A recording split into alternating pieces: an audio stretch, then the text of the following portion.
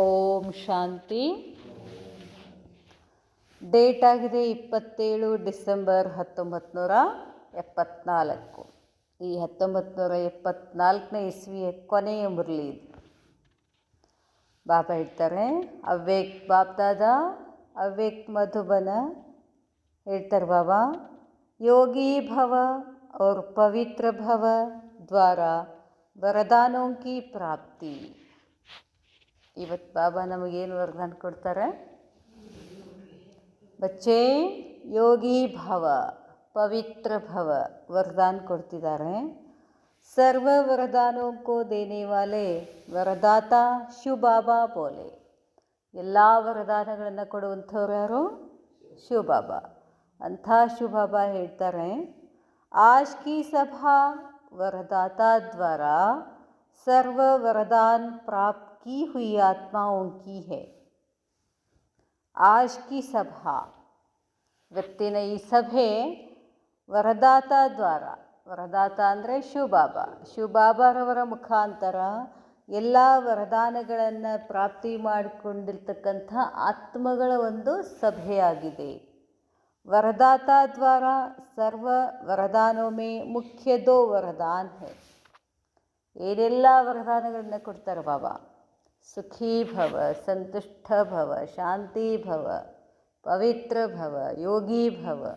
ಎಷ್ಟೆಲ್ಲ ವರದಾನ ಕೊಡ್ತಾರೋ ಅಷ್ಟು ವರದಾನಗಳಲ್ಲಿ ಮುಖ್ಯವಾಗಿ 2 ವರದಾನ ಅಂತ ಹೇಳ್ತಾರೆ ಬಾಬಾ. ಜಿಸ್ಮೇ ಕಿ ಸರ್ವ ವರದಾನ ಸಮಾಯೇ ಹುಯೇ ಹೇ. ಆ 2 ವರದಾನಗಳು ಸಿಕ್ಕರೆ, ಆ 2 ವರದಾನಗಳನ್ನು ನಾವು ಧಾರಣ ಮಾಡಿಕೊಂಡಿದ್ದೇ ಆದರೆ ಅದರಲ್ಲೇ ಎಲ್ಲ ವರದಾನಗಳು ಬರ್ತಾವೆ ಅಂತ ಹೇಳ್ತಾರೆ ಬಾಬಾ. ವರದೋ ವರದಾನ್ ಕೌನ್ಸೆ ಹೇ ಬಾಬಾ ಹೇಳ್ತಾರೆ, ಜಿಸ್ಮೇ ಕಿ ಸರ್ವ ವರದಾನ್ ಸಮಾಯ ಹುಯೇ ಹೇ ವಹ 2 ವರದಾನ್ ಕೌನ್ಸೆ ಹೇ. ಆ 2 ವರದಾನಗಳು ಯಾವುದಾಗಿದ್ದಾವೆ? ಉಸ್ಕೋ ಅಚ್ಚಿ ತರಹ ಜಾನ್ತೆ ಹೋ. ನಿಮಗೆ ಗೊತ್ತು ಆ 2 ವರದಾನಗಳು ಯಾವಂತ ನಿಮಗೆ ಸರಿಯಾಗಿ ಗೊತ್ತಿದೆ. ಯಾ ಸ್ವಯಂ ವರದಾನ್ ಸ್ವರೂಪ್ ವ ವರದಾನಿ ಮೂರ್ತ್ ಬನ್ ಗಯೇ ಹೋ. ಬಾಬಾ ಕೇಳ್ತಾರೆ, ಆ ವರದಾನಗಳು ಯಾವಂತ ನಿಮ್ಗೆ ಗೊತ್ತಿದ್ದಾವೆ, ಆ ವರದಾನ ಸ್ವರೂಪ ಆಗಿದ್ದೀರೋ ಅಥವಾ ವರದಾನಿ ಮೂರ್ತ ಆಗಿದ್ದೀರೇನು ಅಂತ ಕೇಳ್ತಾರೆ ಬಾಬಾ.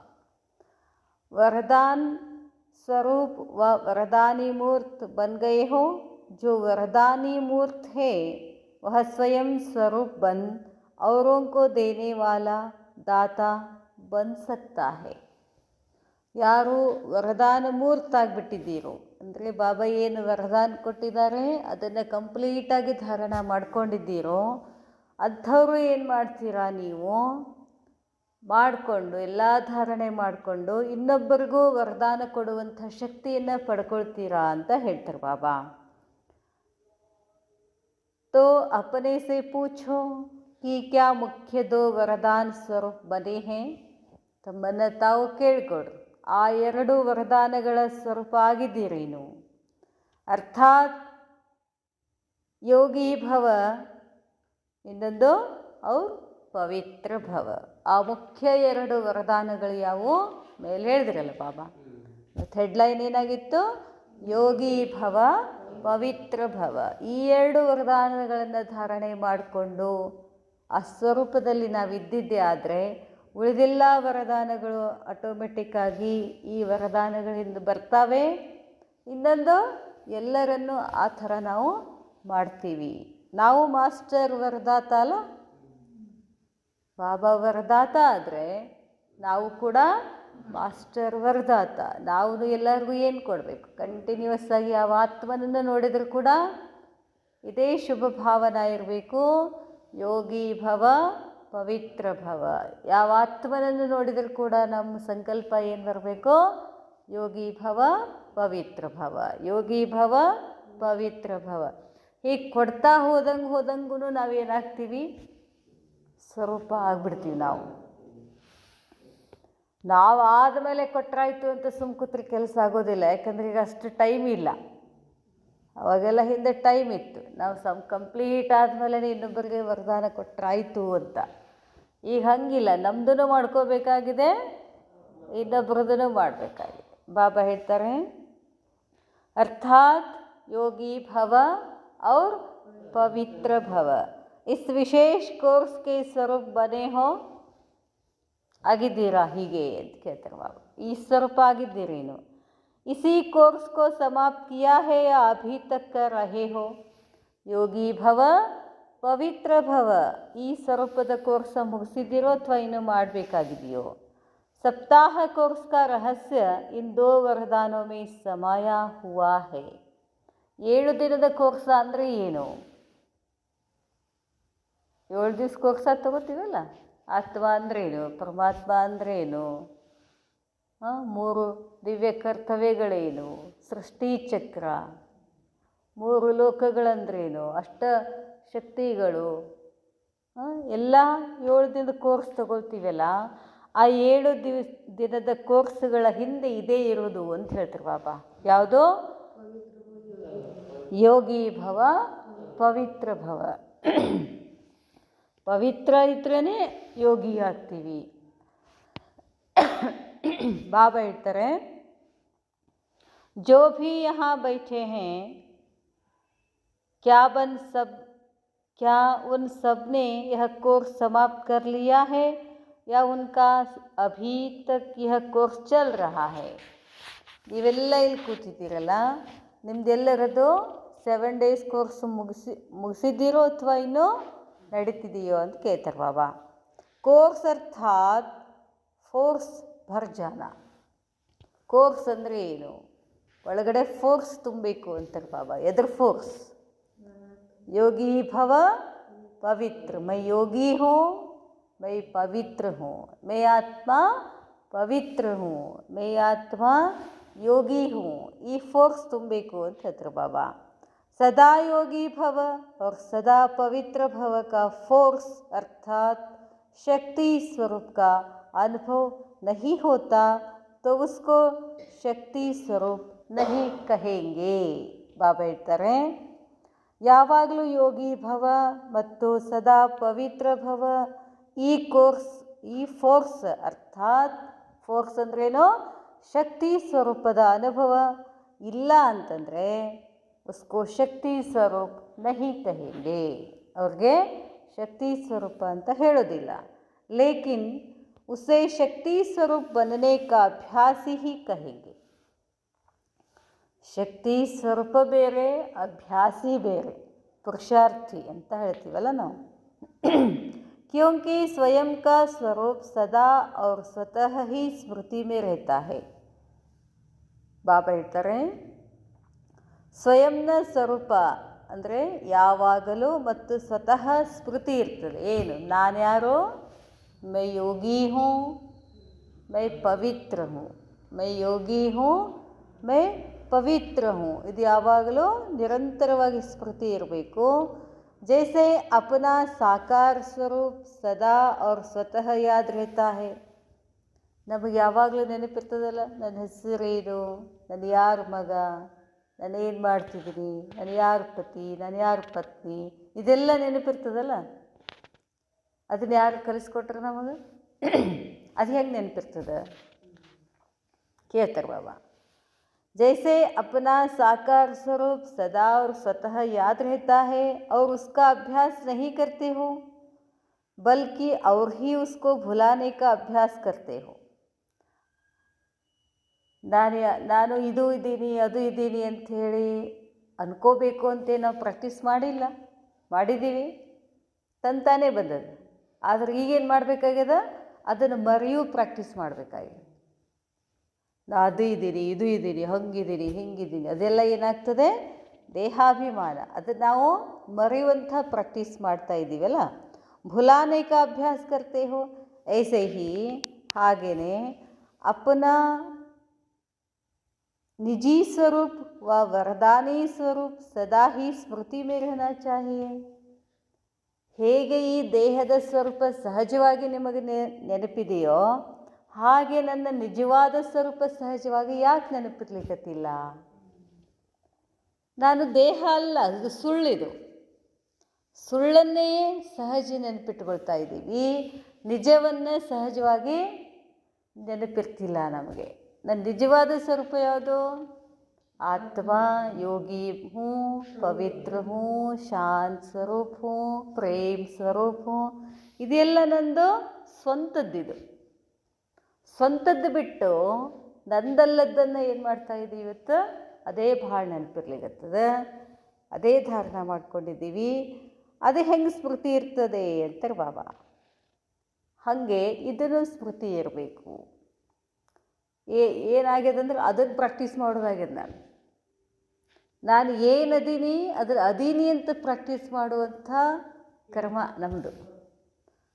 ಇಲ್ಲದ್ದು ಸಹಜವಾಗಿ ನೆನಪಿದೆ, ನಿಜವಾಗಿದ್ದು ಸಹಜವಾಗಿ ನೆನಪಾಗ್ತಿಲ್ಲ. ಅದನ್ನು ಪ್ರಾಕ್ಟೀಸ್ ಮಾಡಬೇಕಾಗಿದೆ. अपवित्रता का और विस्मृति का नामो निशान न रहे. ಅಪವಿತ್ರತ, ದೇಹ ಅನ್ನೋದೇ ಒಂದು ಅಪವಿತ್ರತ. ವಿಸ್ಮೃತಿ ಆಗಬೇಕಾಗಿದೆ.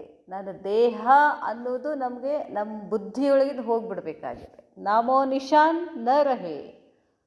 ನಾಮ್ ನಿಶಾನ್, ಹೆಸರು ಇದು ಏನೂ ಇರಬಾರ್ದು, ಅಷ್ಟು ಪ್ರಾಕ್ಟೀಸ್ ಇರಬೇಕು. इसको कहा जाता है वरदानों का कोर्स करना. वरदानಗಳ ಕೋರ್ಸ್ ಮಾಡಬೇಕಂತಾರೆ ಬಾಬಾಯಿ. क्या ऐसा कोर्स किया है? ಇಂಥ ಕೋರ್ಸ್ ಮಾಡಿದ್ದೀರಿ ನೀವು. जैसे आप लोग सप्ताह कोर्स समाप्त करने से पहले किसी भी आत्मा को क्लास में नहीं आने देते हो. ಬಾಬಾ ಹೇಳ್ತಾರೆ, 7 ದಿನದ ಕೋರ್ಸ್ ಮಾಡಿಸಿದ್ರೆ ಇಲ್ಲಿ ಕ್ಲಾಸಲ್ಲಿ ಕರ್ಕೊಳ್ಳೋದಿಲ್ಲಲ್ಲ, ಅದು ಕೋರ್ಸ್ ಮಾಡಿದ್ರಷ್ಟೇ ಈ ಮುರಳಿ ಎಲ್ಲ ನಮಗೆ ಅರ್ಥ ಆಗ್ತದಲ್ಲ. ಹಾಗೆಯೇ ऐसे ही ब्राह्मण बच्चे जो यह प्रैक्टिकल कोर्स समाप्त नहीं करते तो बाप दादा वह ड्रामा भी उनको कौन सी क्लास में आने नहीं देते.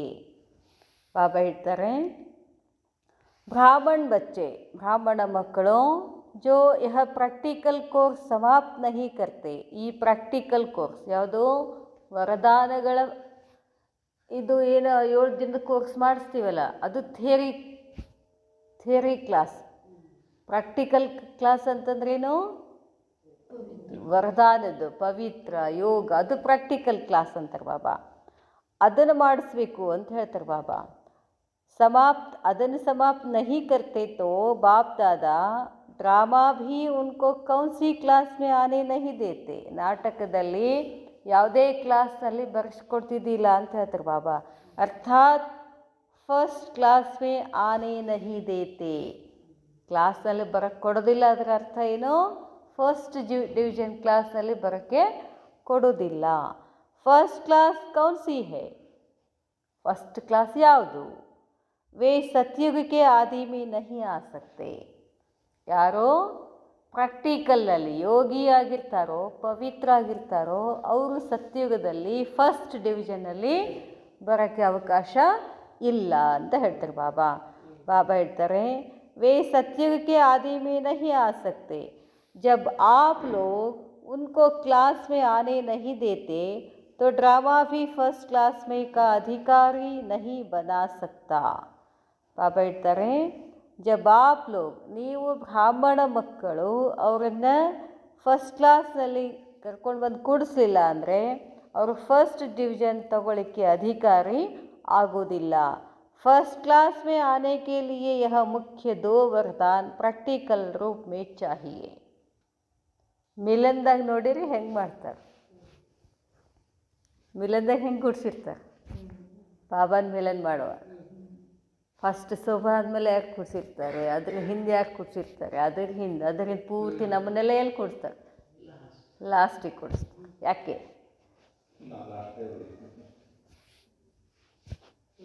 ಅದು ಹೇಳ್ತಾರೆ ಬಾಬಾ. ಬಾಬಾ ಹೇಳ್ತಾರೆ, ಯಾರು ಯೋಗಿ ಆಗಿರ್ತಾರೋ, ಏಕ್ದಮ್ ಪವಿತ್ರ ಆಗಿರ್ತಾರೋ ಅವರು ಮಾತ್ರ ಸತ್ಯುಗದ ಫಸ್ಟ್ ಡಿವಿಷನ್ನಲ್ಲಿ ಬರ್ತಾರೆ. ಅದಕ್ಕೆ ಬರಬೇಕು ಅಂತಂದರೆ ಏನಾಗಬೇಕು? ಯೋಗಿ, ನಿರಂತರ ಯೋಗಿ ಆಗಿರಬೇಕು, ಪವಿತ್ರ ಆಗಿರಬೇಕು ಅಂತ ಹೇಳ್ತಾರೆ ಬಾಬಾ. ಬಾಬಾ ಹೇಳ್ತಾರೆ, फर्स्ट क्लास में आने के लिए यह मुख्य 2 वरदान प्रैक्टिकल रूप में चाहिए. विस्मृति या अपवित्रता क्या होती है इसकी अविद्या हो जाए.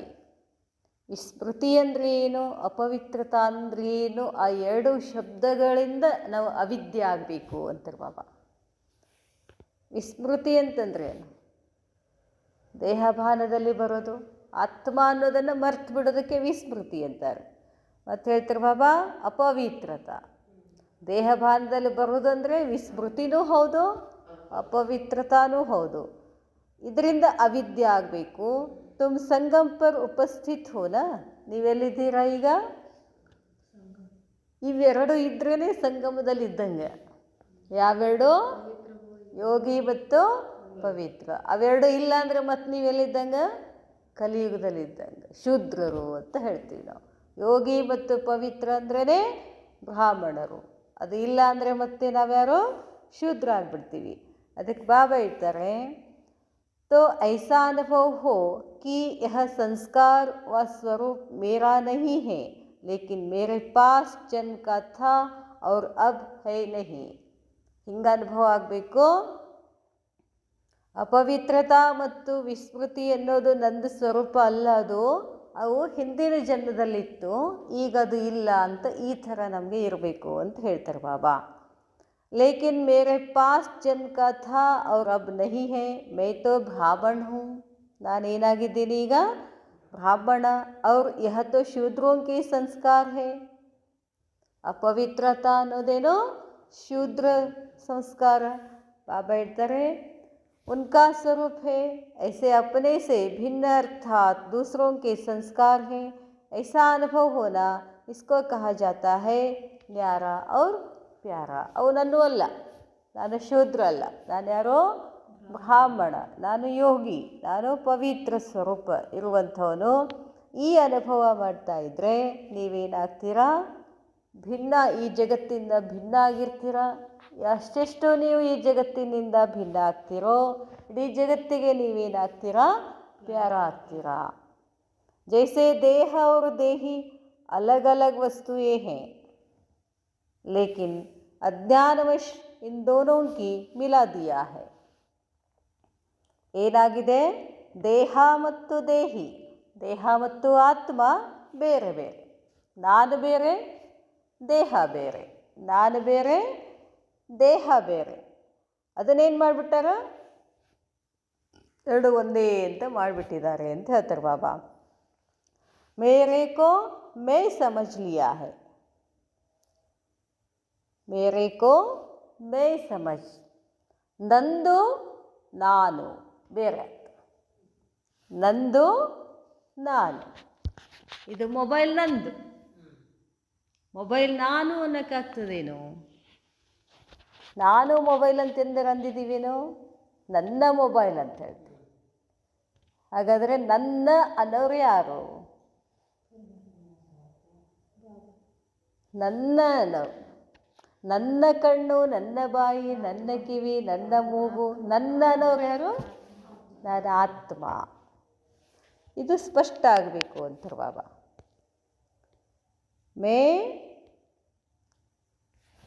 ಮೇರಾ, ಮೇರೆ ಕೋ ಮೈ ಸಮझ लिया है. ಏನನ್ಬೇಕು ಇಂಥವ್ರಿಗೆ? ಮೇರೆ ಕೋ ಮೈ ಸಮझ लिया, ಮೇರೆ ಕೋ ಮೈ ಸಮझ लिया. ನಂದು ಅನ್ನೋದನ್ನೇ ನಾನು, ನಂದು ದೇಹ, ಈ ದೇಹ ನಂದು. ನಂದು ಅನ್ನೋದನ್ನು ಏನು ಮಾಡ್ಕೊಂಡ್ಬಿಟ್ಟಿವಿ ನಾವು? ನಾನು ಅಂದ್ಕೊಂಡ್ಬಿಟ್ಟಿವಿ. ನಾನೇ ದೇಹ ಅಂದ್ಕೊಂಡು ಅಲ್ಲೇ ಏನಾಗಿದೆ? ಎಲ್ಲ ವ್ಯತ್ಯಾಸ ಆಗ್ಬಿಟ್ಟು.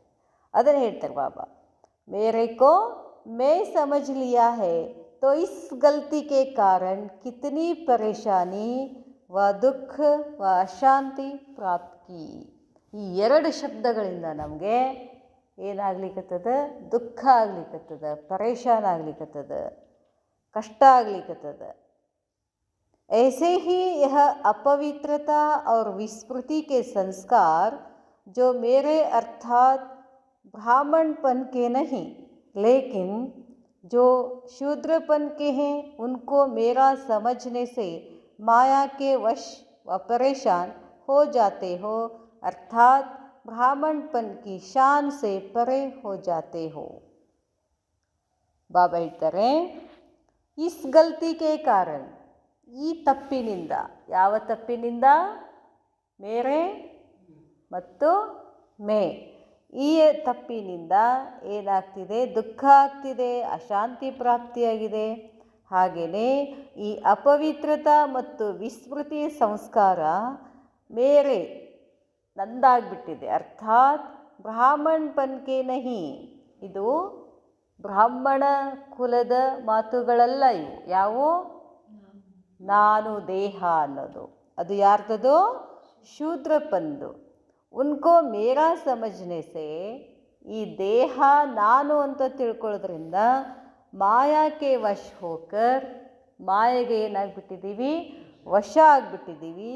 ಅಲ್ಲಿಗೆ ಏನಾಗ್ತಿದೆ? ದುಃಖ ಆಗ್ತಿದೆ.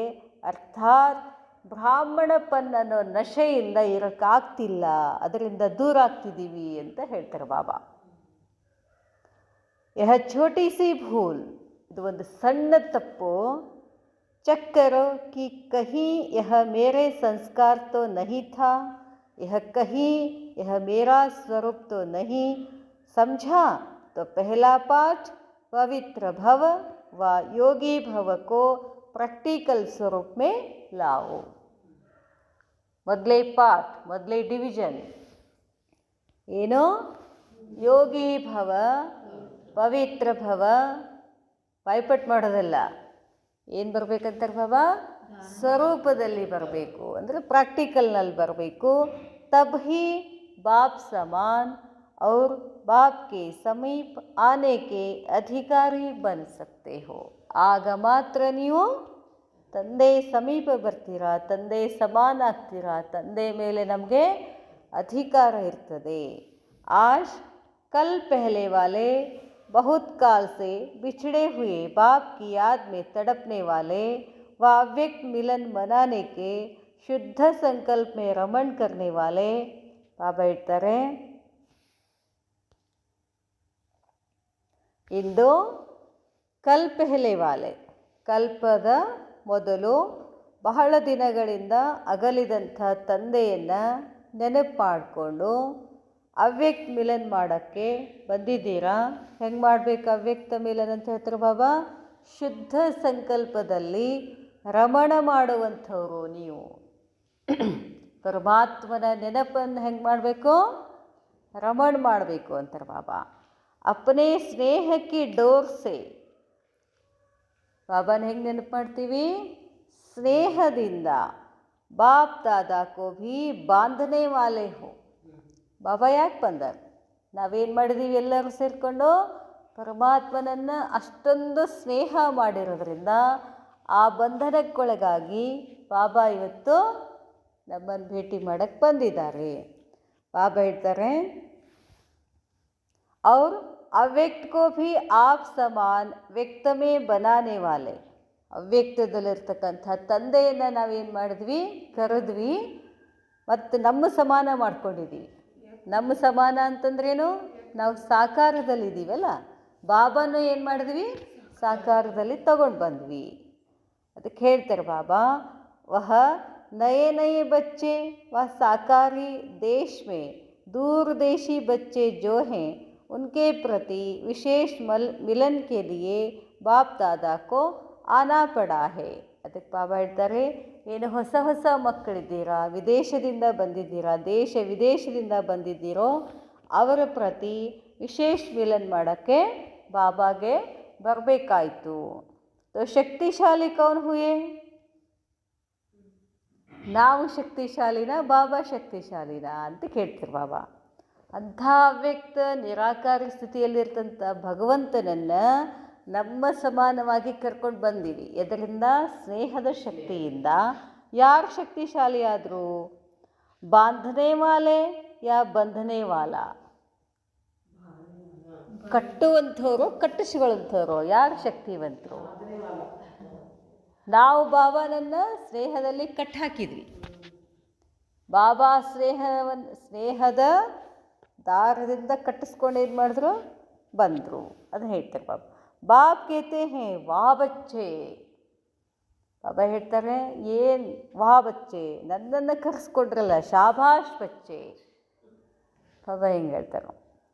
नयों के प्रति विशेष बाप दादा का स्नेह है. ऐसा क्यों? ಹೊಸಬರ ಪ್ರತಿ ಬಾಬಾಗೆ ಬಹಳಷ್ಟು ವಿಶೇಷವಾದ ಸ್ನೇಹ ಇದೆ. ಯಾಕೆ? ನಿಶ್ಚಯಕ್ಕೆ ಸದಾ ವಿಜಯ ಹೇ. ಹೊಸಬರಿಗೆ ಹೆಚ್ಚು ಬಾಬನ ಮೇಲೆ ಏನಿದೆ? ನಿಶ್ಚಯ ಇದೆ. ಎಲ್ಲಿ ನಿಶ್ಚಯ ಇದೆಯೋ ಅಲ್ಲಿ ಯಾವಾಗಲೂ ವಿಜಯ ಇದೆ. ಶಾಪ್ ಮತ್ತು ಹೇಳ್ತಾರೆ ಬಾಬಾ, ವಿಶೇಷ ಸ್ನೇಹ का मुख्य कारण नए बच्चे सदा अव्यक्त मिलन मनाने की मेहनत में रहते हैं. ಬಾಬಾ ಹೇಳ್ತಾರೆ ವಿಶೇಷ ಸ್ನೇಹ, ಹೊಸ ಮಕ್ಕಳ ವಿಶೇಷ ಸ್ನೇಹ ಕಾರಣ ಏನು ಅಂತಂದರೆ, ಹೊಸ ಮಕ್ಕಳು ಬಾಬಾರವರನ್ನು ಅವ್ಯಕ್ತ ಮಿಲನ್ ಮಾಡೋದರಲ್ಲಿ ನಾವು ಮೆಹನತ್ ಮಾಡಬೇಕಾಗ್ತದೆ. ನಾವು ಸಾಕಾರದಲ್ಲಿ ಬಾಬನ ಮಿಲನ್ ಮಾಡಲಿಲ್ಲ, ಈಗೇನು ಮಾಡಬೇಕಾಗ್ತದೆ? ಅವ್ಯಕ್ತ ಮಿಲನ್ ಮಾಡಬೇಕಾಗ್ತದೆ. ಅವ್ಯಕ್ತ ಮಿಲನ್ ಮಾಡೋದು ಅಷ್ಟು ಸುಲಭದಲ್ಲ, ಕಷ್ಟ ಆಗ್ತದೆ. ಬಾಬಾ ಈ ಕಷ್ಟವನ್ನು ಅರಿತುಕೊಂಡು, ಮಕ್ಕಳ ಸ್ನೇಹವನ್ನು ತಿಳ್ಕೊಂಡು ಬಾಬಾ ಏನು ಮಾಡಿದ್ರು? ಅವ್ಯಕ್ತ ಮಿಲನ್ ಮಾಡೋಕ್ಕೆ ಬಂದರು. ಬಾಬಾ ಹೇಳ್ತಾರೆ, अव्यक्त रूप द्वारा व्यक्त रूप से किए हुए चरित्रों का अनुभव करने के सदा शुभ आशा के दीपक जगाए हुए होते हैं. ಬಾಬಾ ಹೇಳ್ತಾರೆ, ಅವ್ಯಕ್ತ ರೂಪದ ಮುಖಾಂತರ ವ್ಯಕ್ತ ರೂಪದಿಂದ ಮಾಡಿದಂತಹ ಇತಿಹಾಸ ಅನುಭವ ಮಾಡಿಕೊಳ್ತಕ್ಕಂಥದ್ದು. ಸದಾ ಶುಭ ಆಶಾ, ಯಾವಾಗಲೂ ಶುಭ ಆಶೆಯನ್ನು ಇಟ್ಕೊಂಡಿರ್ತಕ್ಕಂಥ ದೀಪಕ ಮಕ್ಕಳು ನೀವು. ಜಗಾಯೇ ಹುಯೇ, ನೀವೆಲ್ಲ ಏನಾಗಿದ್ದೀರಾ? ಬೆಳಗ್ತಾ ಇದ್ದೀರಾ ಅಂದರೆ ಏನು? ಎಚ್ಚರ ಆಗಿದ್ದೀರಾ ಅಂತ. ಐಸೇ ಮೆಹನತ್ ಕರ್ನೆ ವಾಲೋಂಕೋ ಫಲ್ ದೇನೆ ಕೆ ಲಿಯೆ, ಇಷ್ಟು ಪರಿಶ್ರಮ ಮಾಡುವಂಥ ಮಕ್ಕಳಿಗೆ ನಾನು ಫಲ ಕೊಡೋಕ್ಕೆ ಬಾಬಾ ಏನು ಹೇಳ್ತಾರೆ? ಬಂದಿದ್ದೀನಿ ಅಂತ ಹೇಳ್ತಾರೆ ಬಾಬಾ. ಬಾಪ್ ದಾದಾ ಕೋ ಭಿ ವಿಶೇಷ ಯಾದ್ ಸ್ವತಃ ಹಿ ಆತಿ ಹೇ. ಯಾರು ಪರಿಶ್ರಮ ಪಡ್ತೀರೋ ಅವ್ರ ಮೇಲೆ ಹೆಚ್ಚು ಎಲ್ಲರಿಗೂ ಏನಿರ್ತದೆ? ಕಾಳಜಿ ಇದ್ದೇ ಇರ್ತದೆ. ಹಾಗೆ ಬಾಬಾಗೂ ಕಾಳಜಿ ಇದೆ, ವಿಶೇಷ ಸ್ನೇಹ ಇದೆ. इसलिए आज की याद, आज की गुड मॉर्निंग व नमस्ते विशेष चारों ओर के नए नए बच्चों को पहले बाप दादा दे रहे हैं. साथ में सब बच्चे तो है ही, अब व्यक्त द्वारा अव्यक्त मिलन सदा काल तो हो नहीं सकता. ವ್ಯಕ್ತ ಮುಖಾಂತರ ಅವ್ಯಕ್ತ ಮಿಲನ ಯಾವಾಗಲೂ ಆಗೋದಿಲ್ಲ. ಇಸ್ಲಿಯೇ ಆನೆ ಕೆ ಬಾದ್ ಜಾನಾ ಹೋತಾ ಹೈ ಅಂದರೆ ಏನರ್ಥ? ಇಷ್ಟೇ ಟೈಮ್ ಬರ್ತಾರೆ ಬಾಬಾ. 7:15ಕ್ಕೆ ಬರ್ತಾರೆ, ಮತ್ತೇನು ಮಾಡ್ತಿದ್ರು? 9 ಗಂಟೆ ಹಿಂಗೆ ಹೋಗ್ಬಿಡ್ತಾರೆ. ಅವ್ಯಕ್ತ ಆದಾಗ ವ್ಯಕ್ತದಲ್ಲಿ ಯಾವಾಗಲೂ ಇರೋಕ್ಕಾಗೋದಿಲ್ಲ. ಆದರೆ ಮೊದಲು ಬ್ರಹ್ಮ ಬಾಬಾ ಇದ್ದಾಗ ಶಿವಬಾಬಾ ಯಾವಾಗಲೂ ಇರ್ತಿದ್ರು. ಯಾವಾಗ ಅವ್ಯಕ್ತ ಆದರೂ ಆವಾಗ ನಿರಂತರ ಇರೋಕ್ಕಾಗೋದಿಲ್ಲ ಅಂತ ಹೇಳ್ತಾರೆ ಬಾಬಾ. ಬಾಬಾ ಹೇಳ್ತಾರೆ, ಇಸ್ಲಿಯೇ ಅದಕ್ಕೆ ಆನೇಕೆ ಬಾದ್, ನಾನು ಇಲ್ಲಿ ಬಂದಿದ್ದೀನಿ ಅಂತಂದರೆ ಮತ್ತೆ ನಾನು ಏನು ಮಾಡಬೇಕಾಗ್ತದೆ? ಹೋಗಬೇಕಾಗ್ತದೆ. ಅವ್ಯಕ್ತ रूप में अव्यक्त मुलाकात तो सदा काल की है.